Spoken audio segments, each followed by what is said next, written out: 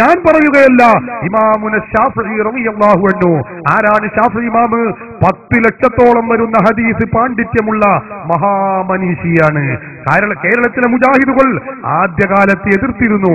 ശാഫിഈ ഇമാമിന് ഹദീസ് ഒന്നും കിട്ടിയിട്ടില്ല എന്ന് പറഞ്ഞിരുന്നു. പക്ഷേ മുജാഹിദിന്റെ 7ാം സമ്മേളനത്തോട് പുറത്തിറക്കിയ അവരുടെ സുവരീരെടുത്ത് പരിശോധിച്ചാൽ കാണാം, ഇമാം ഷാഫി കഴിഞ്ഞ 14 നൂറ്റാണ്ടിലെ ഇസ്ലാമിക ചരിത്രത്തിൽ ഏറ്റവും വലിയ പണ്ഡിതൻ ഇമാം ഷാഫി റളിയല്ലാഹു അൻഹു ആണ്.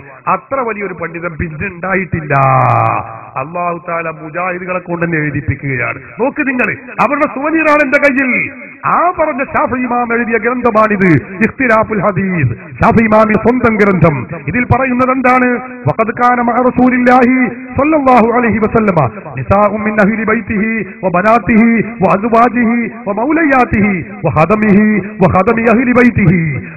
അല്ലാഹുവിന്റെ റസൂലിന്റെ കൂടെ ഭാര്യമാരുണ്ടായിരുന്നു, പെൺകുട്ടികളുണ്ടായിരുന്നു, അവിടുത്തെ സേവകരുണ്ടായിരുന്നു, സേവകരായ സ്ത്രീകളുണ്ടായിരുന്നു, അഹ്ലു ബൈത്തിൽപ്പെട്ട സ്ത്രീകളുണ്ടായിരുന്നു, പലരും ഉണ്ടായിരുന്നു. പക്ഷേ ഫമാ അലിംതു മിൻഹുന്ന ഇംറഅതൻ خرجت إلى شهود جمعة ولا إلى جماعة في غيرها في ليل أو نهار ولا إلى مسجد قباء ولا إلى غيرها في ليل أو نهار. എന്താ പറയുന്നത്?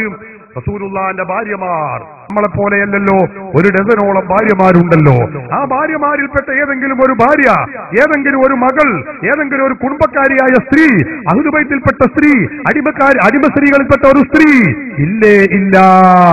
പകലിലോ രാത്രിയിലോ ആരംഭ റസൂലിന്റെ കാലഘട്ടത്തിൽ ജീവിച്ച റസൂലുള്ളാഹി തങ്ങളുമായി ബന്ധപ്പെട്ട സ്ത്രീകൾ, കുടുംബക്കാരായ സ്ത്രീകൾ ഇല്ല.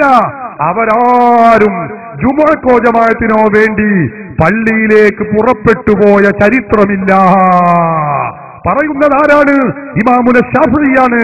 അങ്ങനെ ഒരു സംഭവം എനിക്കറിയുകയില്ല.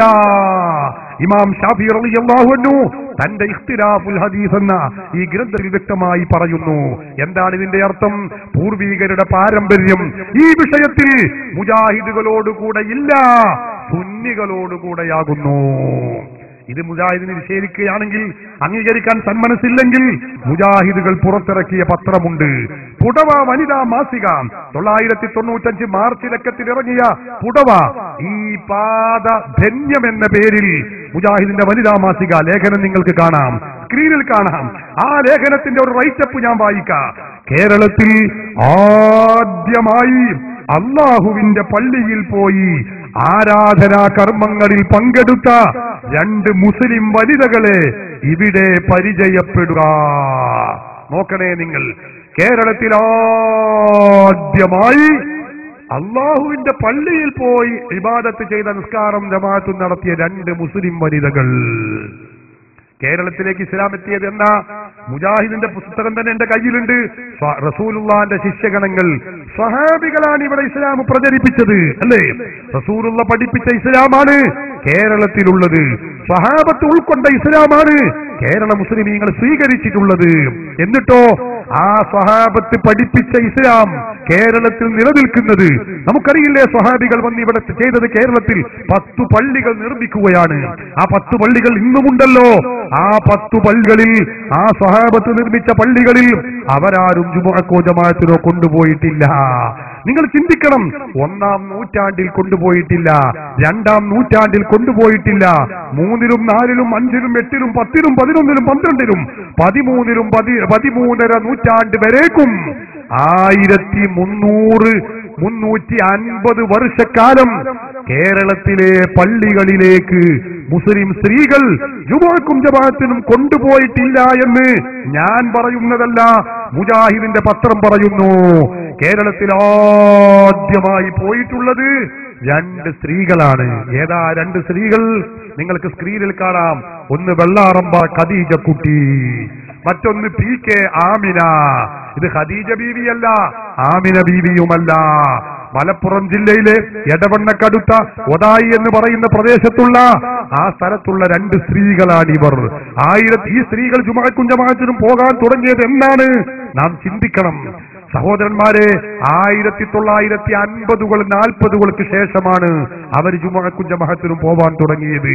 നിങ്ങൾ ചിന്തിക്കൂ, മുജാഹിദ് കേരളത്തിൽ ഉണ്ടായതെന്ന 1920-കളിൽ 24-25-കളിലാണ് മുജാഹിദ് ഉണ്ടായതെങ്കിൽ അന്ന് ഇങ്ങനെ ഒരു ജുമുഅക്കും ജമാഅത്തിനും കൊണ്ടുപോകണമെന്നൊരു സുന്നത്ത് അന്ന് ഇസ്ലാമിൽ ഇല്ലായിരുന്നു.